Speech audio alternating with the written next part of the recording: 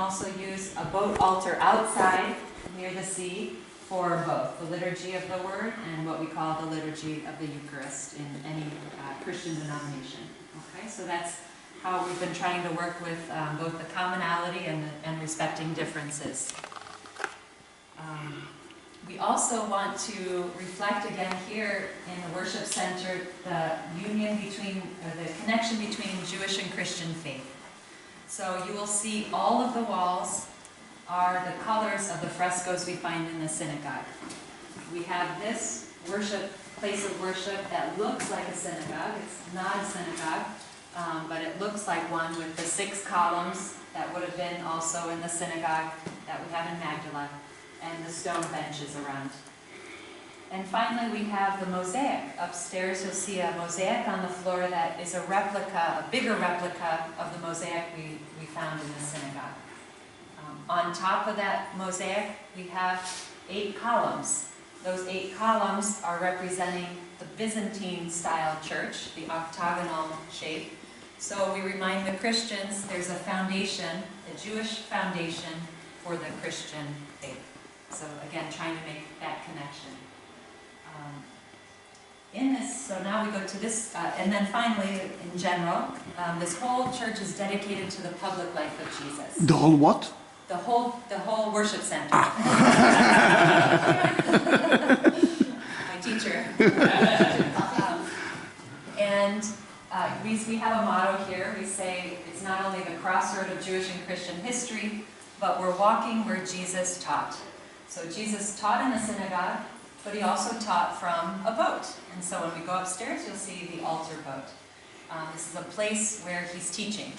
He's teaching and he's encountering people. And these people that he's encountering are having transforming experiences, life-changing experiences.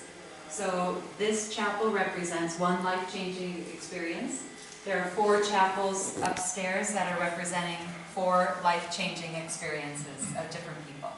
So now we'll go place to place and see a little bit. And again, you can make use of them however you want. If I give the tour, I personally have a great love for the Mary Magdalene Chapel. And I usually give a little explanation about the dignity of woman using the symbolism there. Here we have, I don't know if you're familiar with this scene, the hemorrhaging woman.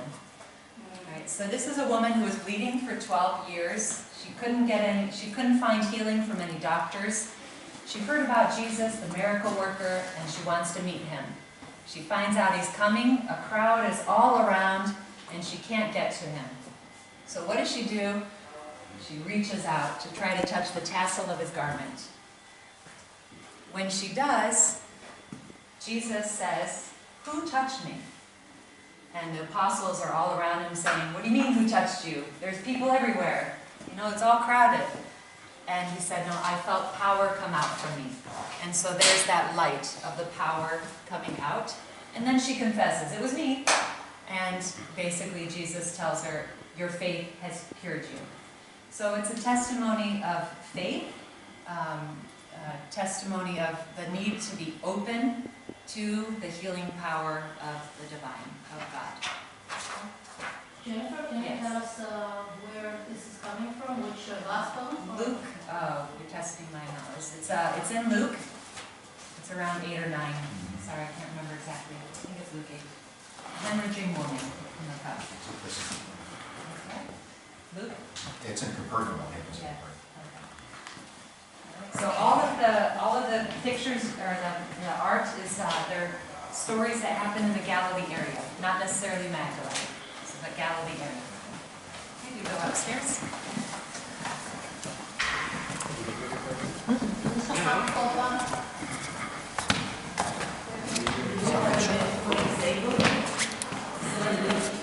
No, but you can drive them and bring them down the ramp. We're still working on it. No, but if you go upstairs.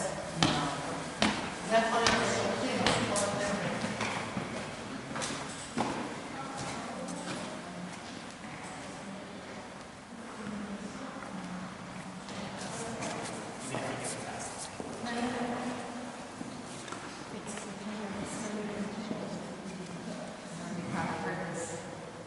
Not from you. Okay. they can come through here. Yeah. So we can come in the front. From here, okay. If you come over here and bird's eye view, stand here. כן, כן. I usually bring the groups through here. And it's shocking. Yes, usually that's the way we go. בדרך כלל נכנסים מפה, כן, כן, למטה זה השירותים. למטה ממשיכים הלאה. We're waiting for a couple more here.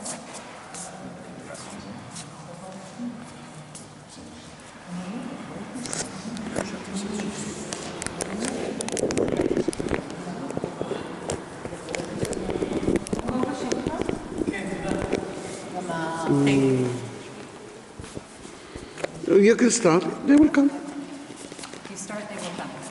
All right, so we could I sum up this whole thing in Luke chapter 8, verses 1 to 3. So Luke chapter 1 speaks about Jesus coming to the Galilee area and teaching in the Galilee area, teaching from the synagogue, taught from a boat. So here, the boat is over top of where the port was. You can see, as you saw from the excavations. The boat is Lebanese cedar, and it has a mast and a sail. Okay? The mast and the sail represent the cross and the resurrection shroud.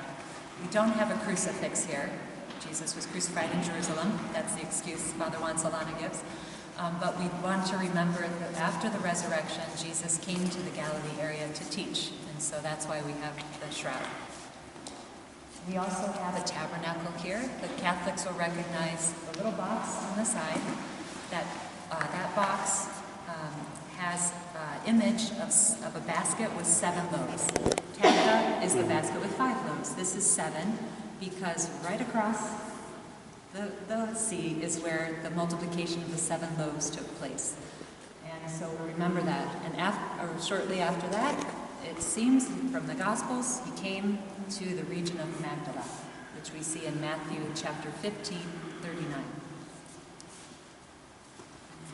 We also have inside... The consecration of the 7 loaves, do you know what It's, I think it's Matthew 15. So back to Luke chapter 8, 1 to 3. In the second verse, Luke chapter 8, verse 2, it speaks about Jesus being accompanied by 12 apostles. I'd be happy to send you actually a 4-page explanation of the Duc and Altum. Okay? And soon we have little Duc and Altum brochures that they'll be able to, pay some shekels for in the corner there. First in English, and then we'll get them translated. He was accompanied by apostles. We have 12 apostles represented in the main chapel. These are icons. And icons, it's interesting to explain to people, they're used many times by the Orthodox. They're not superstitious or magical, as many outsiders would seem to think. They're actually done in a spirit of prayer. You go into a retreat and you pray as you do the artwork. And the idea is you're reflecting on how God has sanctified this person because of their cooperation. So it's a reflection on your own life. How can I cooperate with the blessings that God has given me? And then it's God who's the one who sanctifies. That's why they say that they write an icon and not draw an icon. Yes, yeah. They write. They don't say draw. Yeah, that's true. And then you'll also see gold letters up above and the halo, representing these are people recognized by their cooperation with God's grace. But there's one that does not have the halo and nor the gold letters, but he's there, Judas. So we call that a painting, not an icon. And it's not that we're condemning him by putting him there. We are not the ones that pass the judgment. But we remember that him because he's chosen. So we see that very specific people that throughout salvation history are chosen. And they might fail. Look at David. Triumphs and failures. And so we remember that God permits human freedom. And then if we think about the Christian salvation aspect of redemption, Christ died on a cross as the sacrifice for the sinfulness of man. Right? He's considered the ultimate sacrifice, and no more sacrifice is needed. So actually there's a triumph. Despite the human failures, the ultimate triumph is God's. Okay, so that's what it represents. Is Paul represented? Paul? No, Paul's not here because he was not one of the first 12. Then, all right, we go back to Luke chapter 3. Who made all those new These are by a Chilean artist. We go back to the phrase, Luke chapter 8, verse 1 to 3. And we go to the third verse. And this speaks about women who accompanied Jesus. The first one named among those women is Mary Magdalene. And so if you look at the columns, we have some of those people named. Mary Magdalene, okay, Susanna and Johanna, there.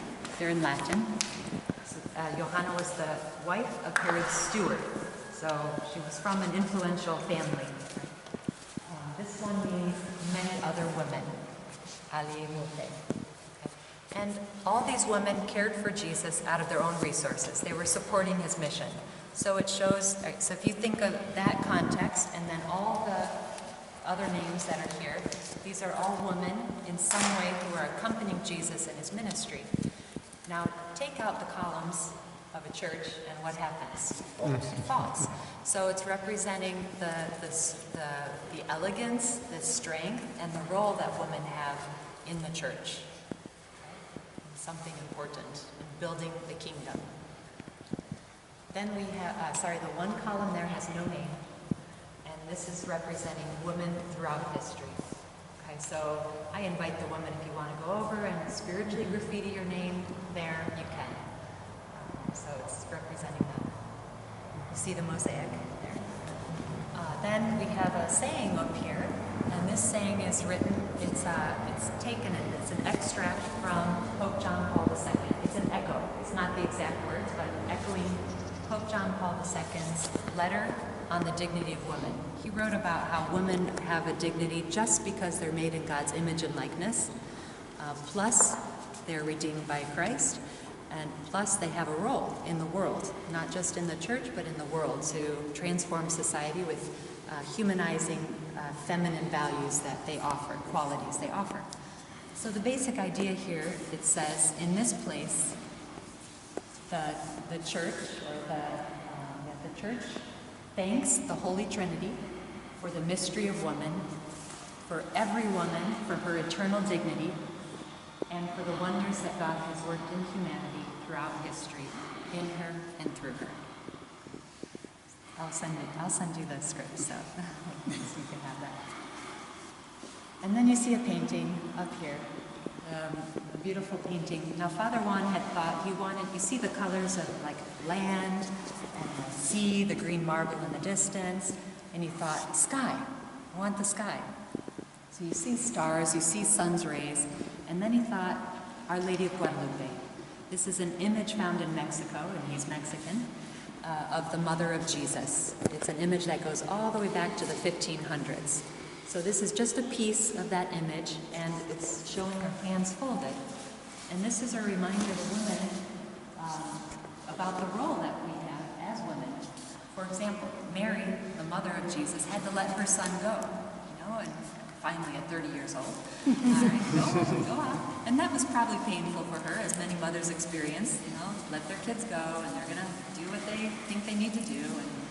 But they still accompany them, like their heart is still with them. And many times they accompany them in prayer. So that's a reminder of their intercessory role. Then the baptismal font.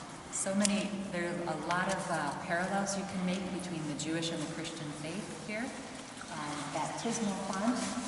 We have the purification baths, which are the religious rite of purification, right? The cleansing. The baptismal font. One-time cleansing or purification in baptism. Baptism makes you a new child of God, a son or daughter of God, say an adopted child of God.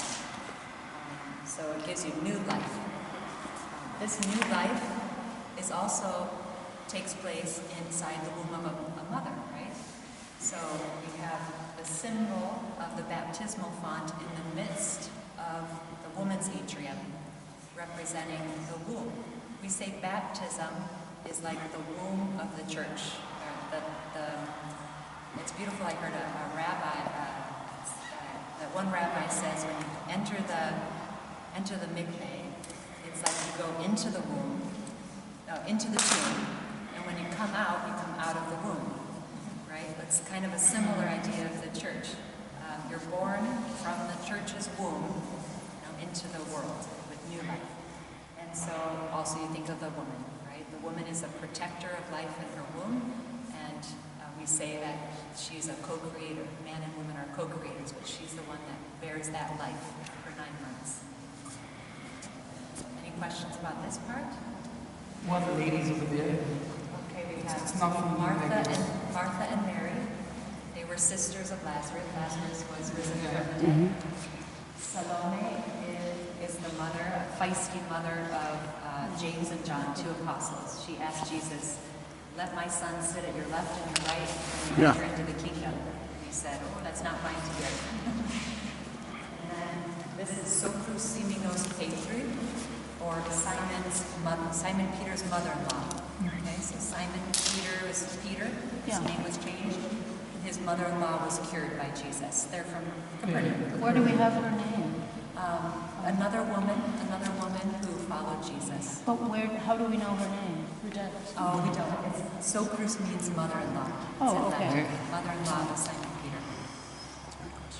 And Maria Cleopas, this is one of the Marys. There were 3 Marys found at the foot of the cross. Mary Magdalene, the mother of Jesus, and Mary Cleopas. And tradition says it's Jesus' aunt. So somehow related to Mary, the mother of Jesus. It has reference in the gospel. John, look at that. The reference is on the side. John. Yeah. Jesus' aunt is not. That's tradition, like oral tradition. So now we go to. I was going to get you out of here at 12:30. We'll go see the chapels. I don't want to get. Some have to go. So All right. I'll show you the chapels briefly. Okay. Mary Magdalene.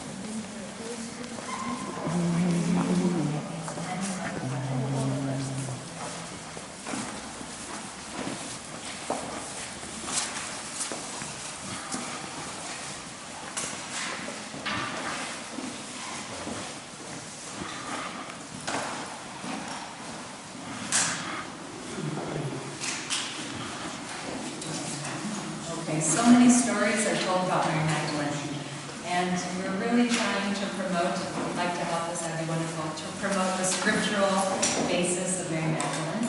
There are other oral traditions that have come out of that. We look at 21st century Dan Brown, she was Jesus' lover. We try to go back to the scripture where we think that it was a pure relationship of love, where she experienced his unconditional love.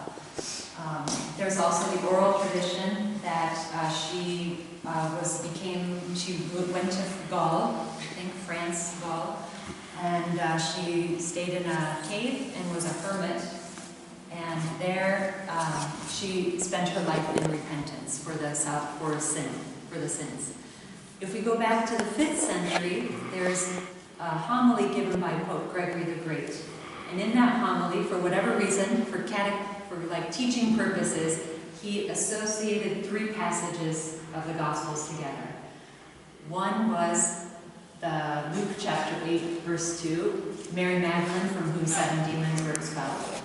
Another is what's considered to be Mary of Bethany, a different Mary, where she breaks the alabaster jar of perfume and cries with her tears, washing Jesus' feet. And the third is the adulterous woman. So we don't know if those other 2 are Mary Magdalene. It's believed they're not. It's beautiful, though, to see that there's kind of a similar pattern between these 3 women. So what we've been promoting here at Magdala is where we see her in scriptures. Luke chapter 8, verse 2, Jesus expelled, she's named as the first one of his followers, and it says, Mary Magdalene, from whom 7 demons were expelled. It's in Latin. The next time we see her is not until John 19. And there she is at the foot of the cross. So something happened between an encounter and then who knows how much time later she's there at the foot of the cross, one that didn't flee. And we see her again after the resurrection in the garden when Jesus appears to her and gives her a mission and says, "Go and tell my apostles, I go ahead of them to Galilee." So she's sent off, right?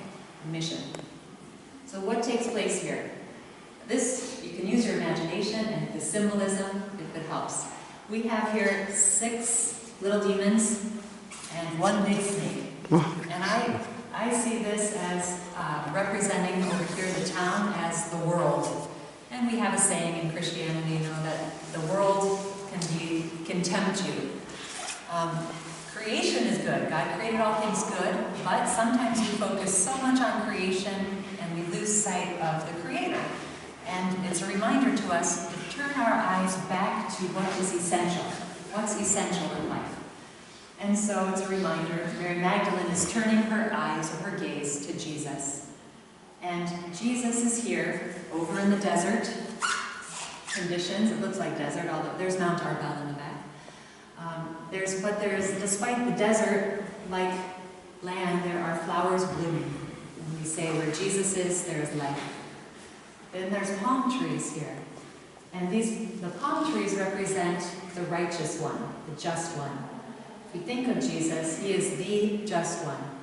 And someone who's righteous is capable of looking upon others and seeing the truth of who they are. And so Jesus looks upon Mary and sees the truth of who she is.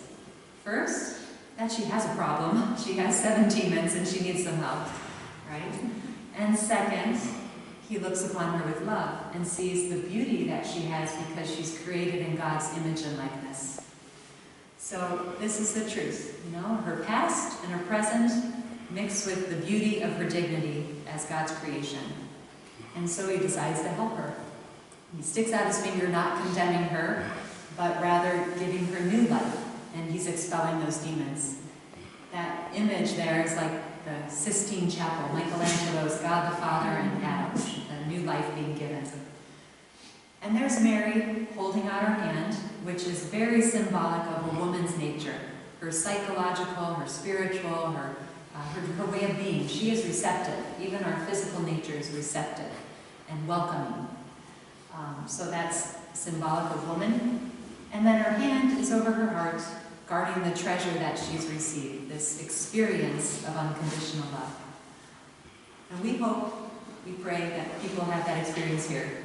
Jews, Christians, non-believers, that they experience somehow peace